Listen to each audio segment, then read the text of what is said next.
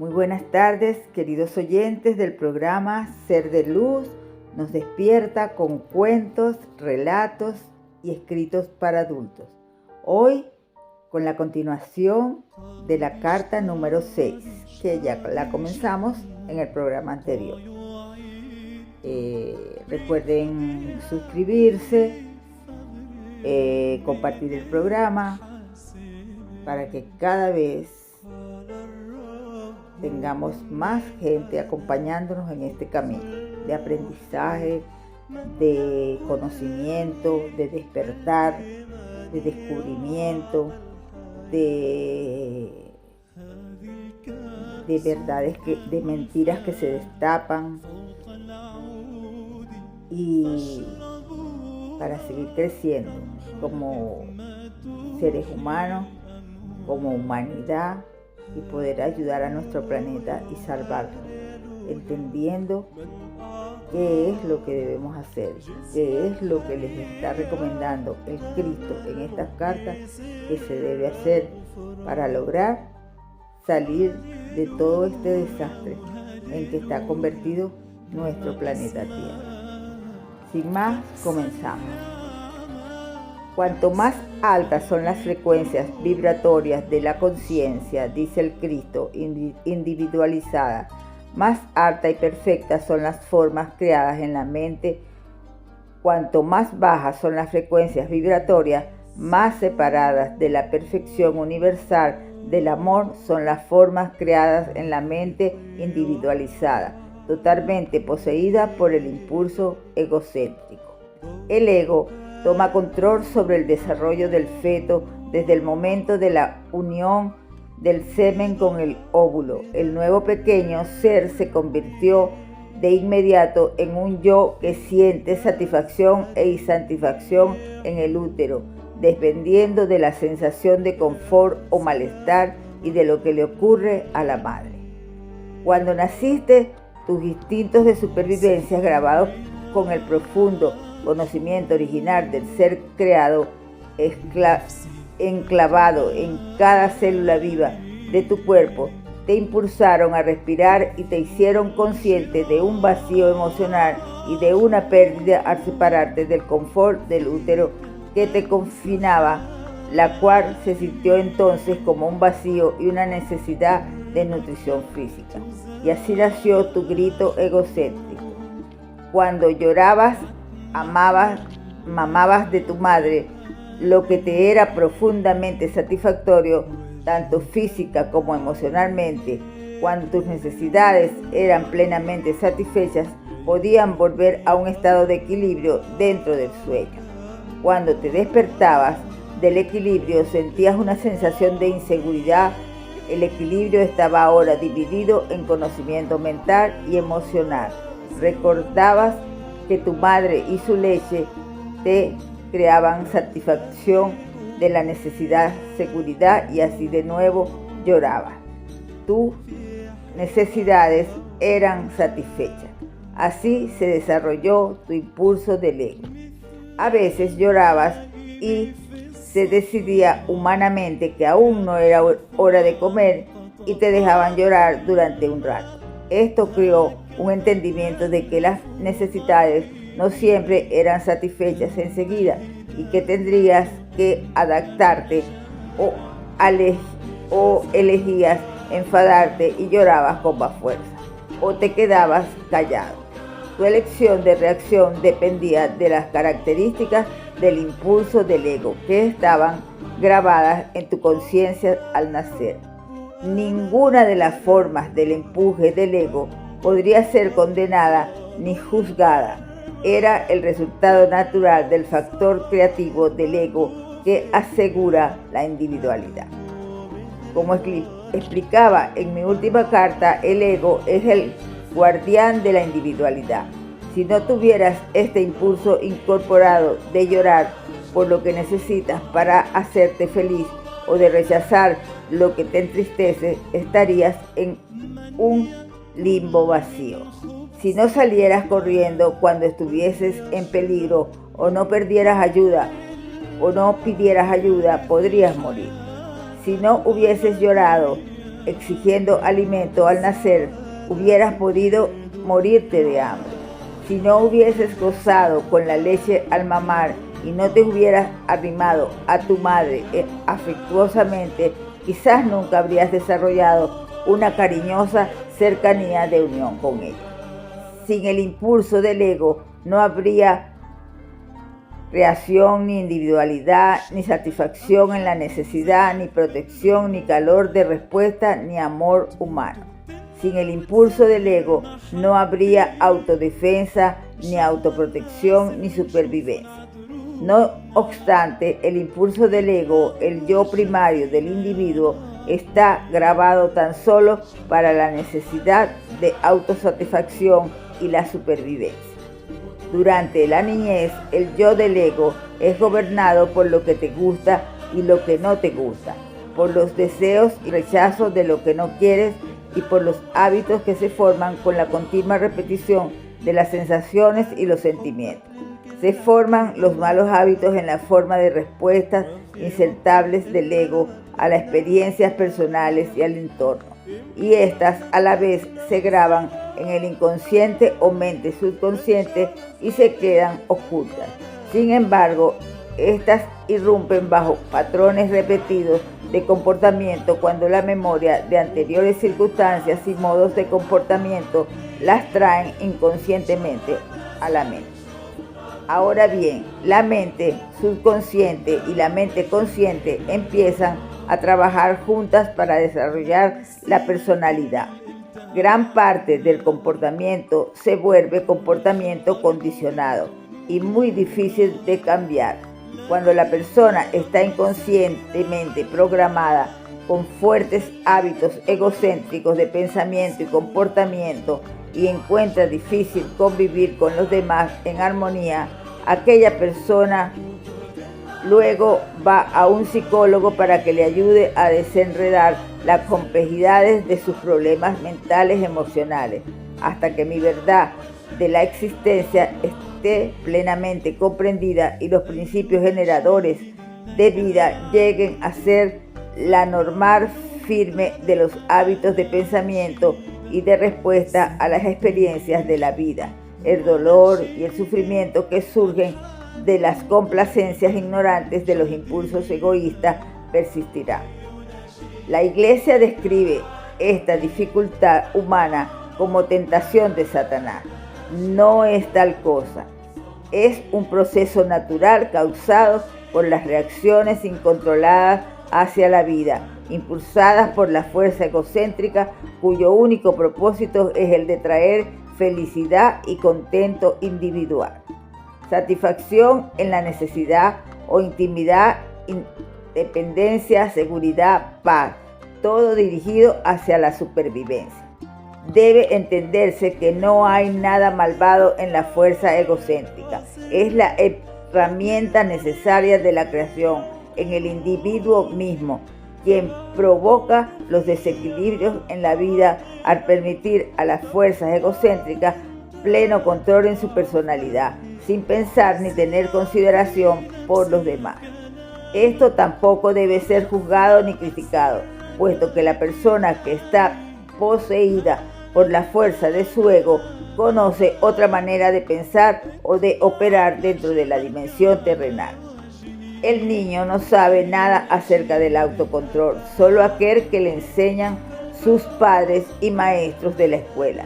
Por tanto, los errores que comete al responder ante la vida con sus altibajos solo pueden ser aceptados con buen ánimo de parte de los padres y los maestros, puesto que el niño no tiene comprensión de lo que lo están impulsando. Si quiere algo, lo quiere ya, y se pregunta por qué no debe tenerlo. No hay nada en su mente más que eso. Ve algo que le gusta, lo quiere. Es cruel decirle a un niño bruscamente, no puedes tenerlo. Eso insulta y asalta su sistema entero. Desde la niñez más temprana, el proceso de entrenarle debe iniciarse con lógica y una confianza bien establecida, afirmando su derecho de sentirse seguro dentro de su entorno. Su sentido de seguridad debe ser desarrollado explicándole la manera correcta de expresar sus deseos. El amor, no la irritación ni el enojo. Debe escoger las palabras que expliquen al niño por qué no puede tener lo que quiere. El niño escuchará el mensaje cuando le sea dado con amor, pero cuando le sea dado con enfado, suscitará su fuerza egocéntrica más profunda y empezará a tomar la forma de resentimiento manifiesto u oculto o un sentimiento de frustración profundamente arraigado que mancilla el ego, y reduce el sentido natural de validez interior del niño. Un niño necesita poseer este sentido de validez personal y este no debe ser subyugado o destruido. Es necesario que los padres y los maestros le señalen muy claramente que las demás personas en el mundo también tienen sus necesidades, sus derechos a las posesiones, sus deseos de paz y placer. Nadie, ni siquiera un niño o adulto, tiene el derecho de disgustar a otro con el fin de obtener su propia satisfacción. Si otro le pega al niño y le hace llorar, es natural que la fuerza egocéntrica quiera devolver el golpe. Está programado para defenderse contra el otro. Esto requiere que los padres y los maestros le indiquen que una venganza en el conflicto simplemente va en continuo aumento, trayendo más dolor a cada niño, y por esta razón la venganza no tiene sentido en absoluto. Mejor reírse y dar media vuelta, y en lugar de permitir que continúe la irritación y el dolor en la mente, es mejor llevar el problema a la conciencia divina en oración y pedir que el dolor desaparezca de su conciencia y buscar un medio de reconciliación. También debe enseñarle al niño que tome tiempo para entender que él y el otro niño son igualmente nacidos del momento divino. Cuando un niño es espiritualmente receptivo y puede convertir en hábito este proceso de reconocer su afinidad espiritual con otros niños y con todo ser vivo, y que los derechos de los demás son iguales que los suyos propios, habrá recibido el don espiritual más grande. De esta manera se debilitará la fuerza egocéntrica por la práctica aplicación diaria del amor inspirado, mientras que el dominio central del yo del niño se queda fuerte y seguro de sí mismo. Se debe enseñar al niño los beneficios de la risa, los cuales describiré y explicaré en una carta más adelante. Por lo tanto, la enseñanza hábil y con una visión profunda es absolutamente necesario para guiar al niño a apreciar los derechos de los demás, iguales que los suyos propios. Esta es la ley espiritual que debería dominar el hogar y el aula de la escuela. Cualquier otra ley de juzgar las circunstancias es defectuosa y le falta equilibrio. La mejor enseñanza dependerá no de la voluntad del maestro, la actitud de porque sí te lo digo yo, sino de una referencia sistemática en cada circunstancia, al amor fraternal y a los derechos iguales de los demás. Así, al mismo tiempo, un niño no debería ser adoctrinado en la abnegación, puesto que esta clase de disposición debe ser deseada y nacida tan solo de las percepciones espirituales del individuo y de sus objetivos. La abnegación nace de la iluminación espiritual, de seguir un camino más alto, de negar al pequeño yo para quitar las barreras egocéntricas que obstruyen la capacidad de sintonizarse con la universalidad de la conciencia divina. La abnegación verdaderamente iluminada lleva a una conciencia espiritual hasta la altura de la dicha. No hay ningún sentido de pérdida en absoluto. Para describir mejor la realidad del alma y del ego, quiero que ahuques las manos, las yemas de los dedos unidos unos contra las otras, dejando un espacio entre las dos manos. Las manos representan la concha de la conciencia humana de una persona, el ego. El espacio representa correctamente al alma, nacido del Padre-Madre, conciencia vida, en el momento de tu concepción, mientras que a los sentidos humanos aparentan ser nada.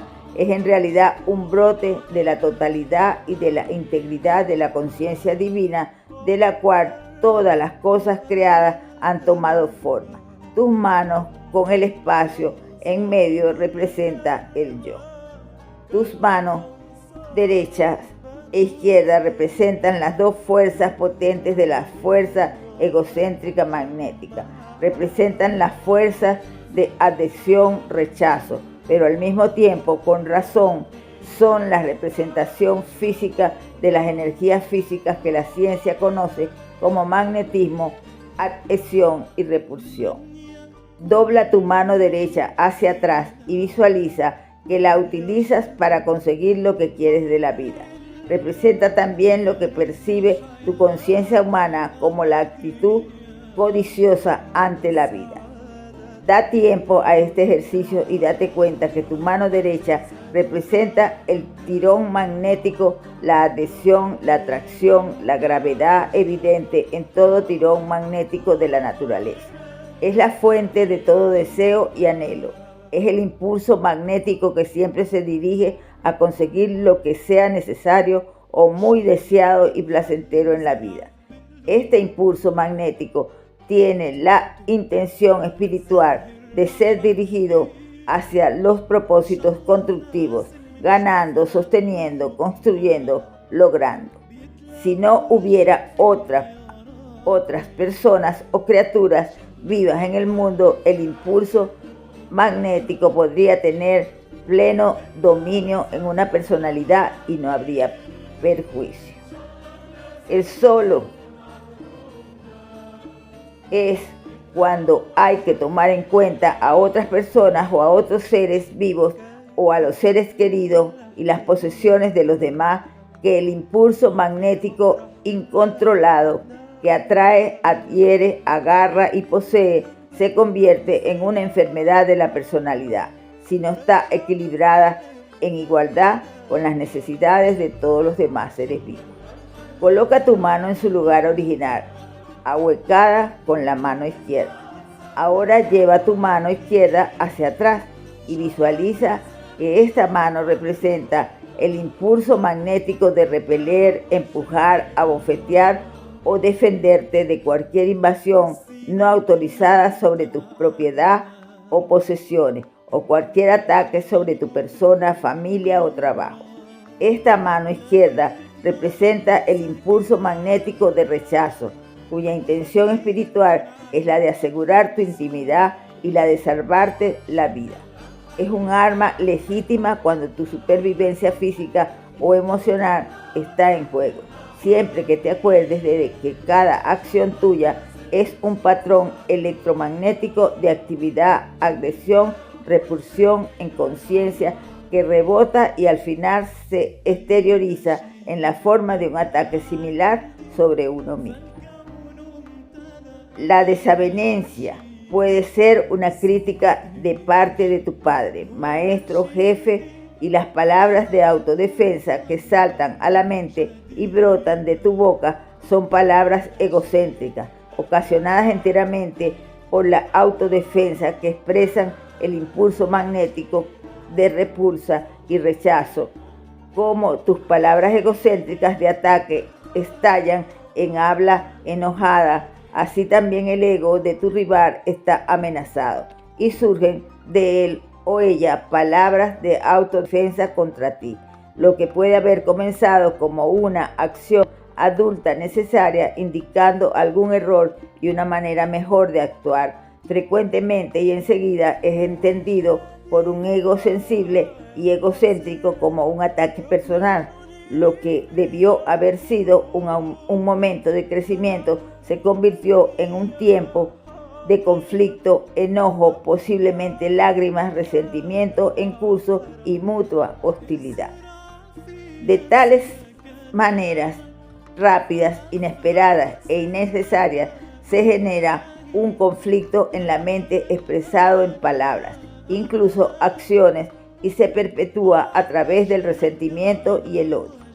Recuerda que cada actividad de la mente, el pensamiento mental y las reacciones emocionales de atracción y repulsión son todas energías de creatividad, de conciencia.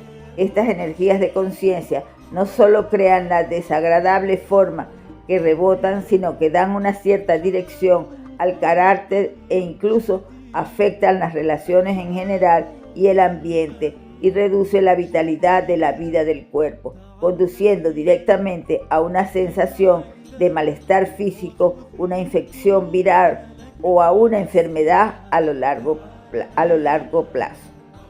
El camino más elevado cuando uno es atacado de cualquier modo, un camino que tiene únicamente repercusión constructiva, es el de recordar que puedes llamar en el acto a la conciencia divina, de la cual recibirás protección instantánea en cualquier eventualidad.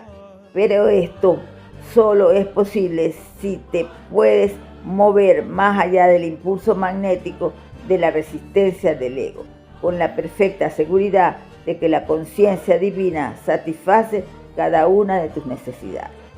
Ahora, vuelve tu mano izquierda a su posición original, con la mano derecha. Date cuenta que durante este ejercicio el espacio entre las manos ha permanecido espacio, no está implicado en ninguna actividad de las manos. Y así es con tu alma.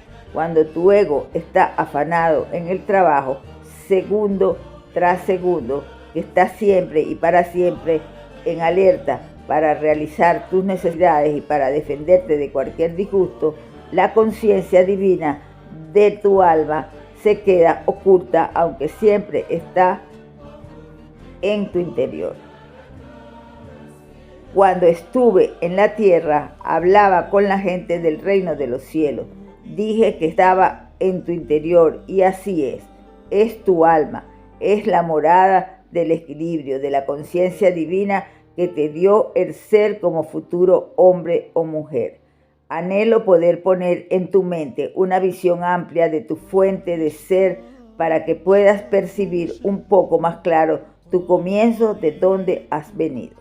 También debes comprender en todo momento que cuando pronuncio una palabra para describir aquello que es realmente no conocible, yo mismo estoy en las más altas frecuencias infinitesimales de la vibración, en el mismísimo borde del gran equilibrio universal, desde el cual todas las cosas han encontrado su ser y tomado su forma. Si hablo de una montaña, entrará una imagen en tu mente, pero no conocerás la inmensidad de su estructura, la resistencia de su roca, sus barrancos y picos y sus cavernas, la nieve que la cubre en cada estación, las cascadas cayendo en charcas cuando se derrite el glaciar, para que tengas una vislumbre de la grandeza de la montaña. Tendría que entrar en una descripción detallada de cada último rincón. Incluso después de la explicación verbal más detallada, tendrías tan solo una imagen mental en que inspirarte. Todavía no conocerías la montaña. Si hablo de un huracán, puedo traer a tu mente los árboles doblándose hacia la tierra, arqueados por los tremendos vientos, los muros desmoronándose, las vigas rotas, ladrillos y tejados volando, ventanas destrozadas, coches volcados, árboles inmensos arrancados, pero nunca conocerás la fuerza y el ruido de aquel viento, el estrépito de mampostería cayéndose o el terror que aquello genera en el corazón de la gente que tiene que soportarlo hasta que lo hayas experimentado tú mismo. Y así es cuando intento describirte aquello que ha dado el ser a toda la creación. Tan solo puedes adivinarlo, no saberlo. Será únicamente después de haber experimentado todo lo que te he dicho por ti mismo que empezarás a tener algunas ideas de lo que intento contarte. Por lo tanto, que nadie que lea mis cartas discuta con otro o que nieguen la verdad de lo que te estoy enseñando o refuten mis palabras, pues te digo de verdad que no puedes saber lo que no has experimentado. Son únicamente aquellos que quieran seguirme en aceptación y fe, en la meditación diaria, en la purificación de la conciencia y en la oración apasionada por la iluminación, quienes al final obtendrán vislumbres cada vez más profundas y luego experiencias de aquello a lo que la creación misma puede dar acceso a la conciencia divina. Puede que preguntes cuál es la diferencia entre la conciencia universal y la conciencia divina.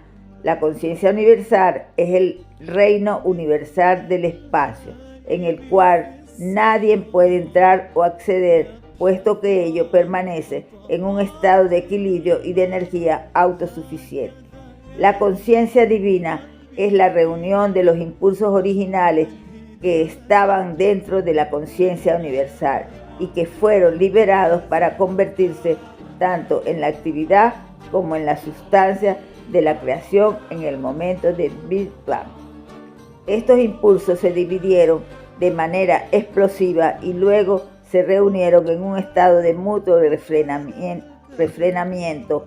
Estaban destinados también a trabajar para siempre en el reino creado o separados, manifestados como energías o unidos, controlados en equilibrio.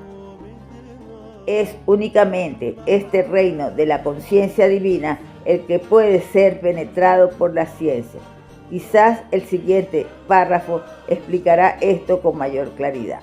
La conciencia universal, corporificación de los impulsos universales, impulso de voluntad, de crear un mutuo refrenamiento con el propósito de expresarse. Inteligencia en mutuo refrenamiento con el amor, impulso de voluntad inteligente, equilibrio, impulso de propósitos amorosos. Habiéndote dado esta descripción en palabras intelectuales de la conciencia universal, no estarás más cerca de poder apreciar la magnificencia sublime y la grandeza del poder, ni de la belleza, la alegría, la armonía, el éxtasis contenido en color y sonido. Más allá de tu dimensión, únicamente nosotros, los que hemos ascendido en frecuencia vibratoria de conciencia hasta los mismos portales o bordes del equilibrio de la conciencia universal, somos quienes experimentamos y podemos irradiar el éxtasis del autoconocimiento del verdadero potencial sin desear realizarlo, la maravillosa alegría de la realización personal sin levantar un dedo. Uso este último término metafórico, puesto que aunque retengo mi individualidad, soy activo tan solo en conciencia y ya no lo soy de ninguna manera física, y no lo he sido desde mi continuada ascensión espiritual en otra dimensión después de mi muerte en la cruz. Quizás te preguntes cómo es posible tener impulsos universales tan enormes dentro de un estado de equilibrio. Están en un estado de igual y mutuo refrenamiento. El impulso del amor que une y nutre, sosteniendo y manteniendo la creativa, activa voluntad bajo control. Tan solo puedo explicar este fenómeno en los siguientes sencillos términos. Si colocas la palma de una mano encima de la palma de la otra, con las yemas de cada mano tocando la muñeca de la otra mano, y luego intentas separar los dedos manteniéndola firmemente lisa, la una encima de la otra, tendrás alguna idea del significado del equilibrio o mutuo control. Lo que es más, debes darte cuenta de que aunque las manos aparentemente están expresando un fenómeno físico, en realidad están gobernadas por y expresando impulsos que emanan de tu cerebro. Además, tu cerebro puede ser el vehículo para expresar ideas conscientes, impulsos, pero en realidad el impulso es la realidad de todo movimiento de cualquier índole, no el cerebro físico, que es simplemente un instrumento de expresión de tales impulsos.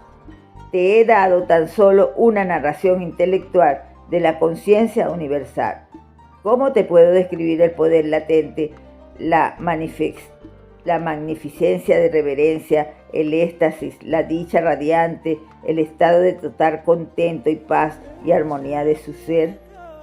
Aunque pudieras contemplar y comprender que de esta inmensidad de conciencia todo el universo ha tomado vida y forma, no podrías percibir más que un electrón de la vasta, inconmensurable, gozosa realidad que es la conciencia universal. Para comprender íntegramente la naturaleza de la creación, las razones por las cuales el ego funciona como lo hace, porque las entidades creadas sienten los impulsos que sienten, se debe entender que la naturaleza y la cualidad de la conciencia universal es regocijo, radiante, realización, felicidad. Esto es lo que denominé el reino de Dios en tu interior, dentro de tu alma, dentro de los recovecos más profundos de tu psique, que es el intermediario entre lo radiante de tu alma y la sombra misma del ego. Volver a este estado trascendente del ser glorioso, hermoso, feliz, armonioso, es el anhelo más profundo de tu alma. En este anhelo constante, este innato recuerdo inconsciente de equilibrio y paz, dicha y armonía, lo que a través de la psique impulsa al ego a manipular el entorno de parte tuya. Su firme propósito es el de regresarte a tu primordial estado original de éxtasis glorioso, del cual se formó tu alma, tu ser y tu forma. Pero el ego puede lograr tu gozo y placer deseado únicamente por medio de los dos impulsos magnéticos emocionales de adhesión y repulsión, los cuales son solo impulsos materializados para proporcionarte tu individualidad. Por tanto, el anhelo innato de unirte a la fuente del ser se experimenta en los parámetros electromagnéticos del pensamiento y el sentimiento como más de lo que te dio una sensación placentera anteriormente. Más amigos, más casa, coche, ropa, etc. Cada vez que se ha logrado el más, ha habido una pequeña sensación de satisfacción, quizás una ostentación ante los vecinos para enaltecer la felicidad, ganándoles terreno a ellos, y otra pequeña sensación de satisfacción, y luego la novedad pasa.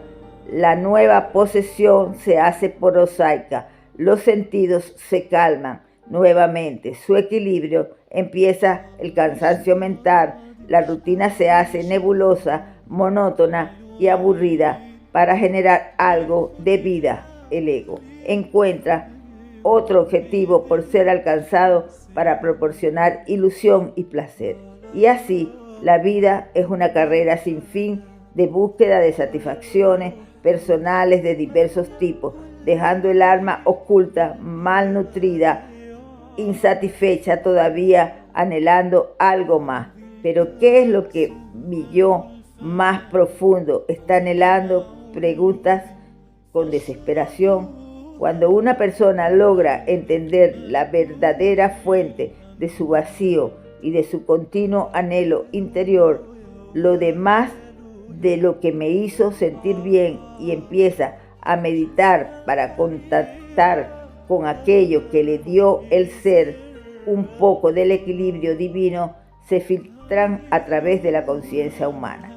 El vacío empieza a disminuir.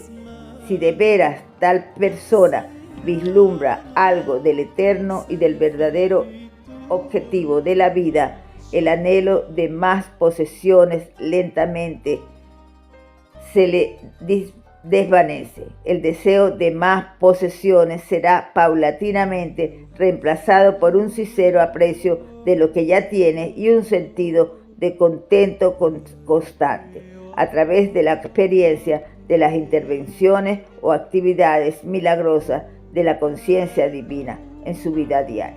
La conciencia humana se eleva enormemente y aprende que sus necesidades diarias se satisfacen de la mejor manera, se aumenta la fe y la alegría se incrementa. Por eso te he dicho, no he venido para enseñarte a pensar positivamente, para atraer a tu órbita las cosas que quieres y necesitas. He venido expresamente para dirigirte de vuelta al reino de los cielos. No obstante, no es tan solo en el asunto de desear más posesiones para ti que tu alma se encuentra atada dentro de su morada secreta. El ego utiliza también el impulso emocional magnético de repeler, rechazar para asegurar tu individualidad, intimidad y seguridad. Este impulso asume diversas formas diseñadas para darte una sensación de superioridad o elitismo que te protege de la gente que consideras no deseable o que tiene menor posición social que tú. Este impulso egocéntrico se practica continuamente y se ha creído perfectamente aceptable incluso para la iglesia. La verdad es, cuando el alma empieza a ganar un poco de control sobre el impulso del ego, reprenderá a la personalidad humana por su egoísmo y exclusividad y ungirá a la psique hacia la adopción del amor incondicional y de la creencia de la universalidad y la unidad de toda la gente, sean quienes sean. Hasta aquí nuestro programa de hoy. Qué interesante, qué intenso, qué rico de conocimiento.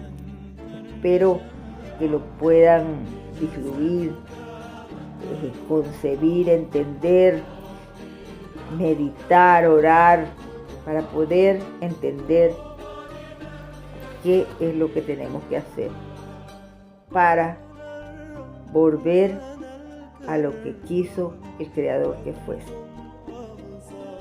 Mediten, oren, compartan, practiquen el dar y el recibir, no solamente el recibir, hay que dar y recibir, porque eso es una ley universal. Practíquenla y practiquen el amor en todo lo que hagan, para que ustedes vean que van a empezar a combatir a ese ego que lo que hace es hacernos sentir mal, enfermarnos, llorar, tener tristezas, tener problemas y tener dificultades. Sin más, me despido deseándoles un feliz fin de semana y que acuérdense de orar, de hablar con el Padre, de pedirle que les explique de una mejor manera a través de mensajes. Ya está haciendo bastante con estas cartas que nos ha hecho llegar. Entonces, mediten, reflexionen y saquen conclusiones y vean cuál es la mejor manera de salir de todo este desastre que estamos viviendo en el planeta por no entender que somos seres espirituales. Sin más, me despido como siempre, diciéndole que los amo, los bendigo, los respeto y le doy las gracias a ustedes por seguirme y por estar recibiendo este aprendizaje. Le doy las gracias a Dios por haberme puesto en mi camino este programa para poder ayudarlos al despertar de conciencia, a que entiendan cómo debemos actuar para poder salvar a la humanidad que se está destrozando una contra otra, con guerras, con miseria, con dictaduras, con gobiernos que quieren todo para ellos y nada para el pueblo, con hambre, con niños muertos en esas guerras injustas, con familias destrozadas. Entonces mediten, oren y reflexionen mucho, porque hace mucha falta que la humanidad reflexione y tome conciencia. Gracias, infinitamente gracias. Recuérdense que todo está aquí adentro. El reino de los cielos lo tenemos aquí adentro. Busquémoslo y yo les aseguro que lo van a conseguir. Buenas tardes. Nos vemos el próximo miércoles.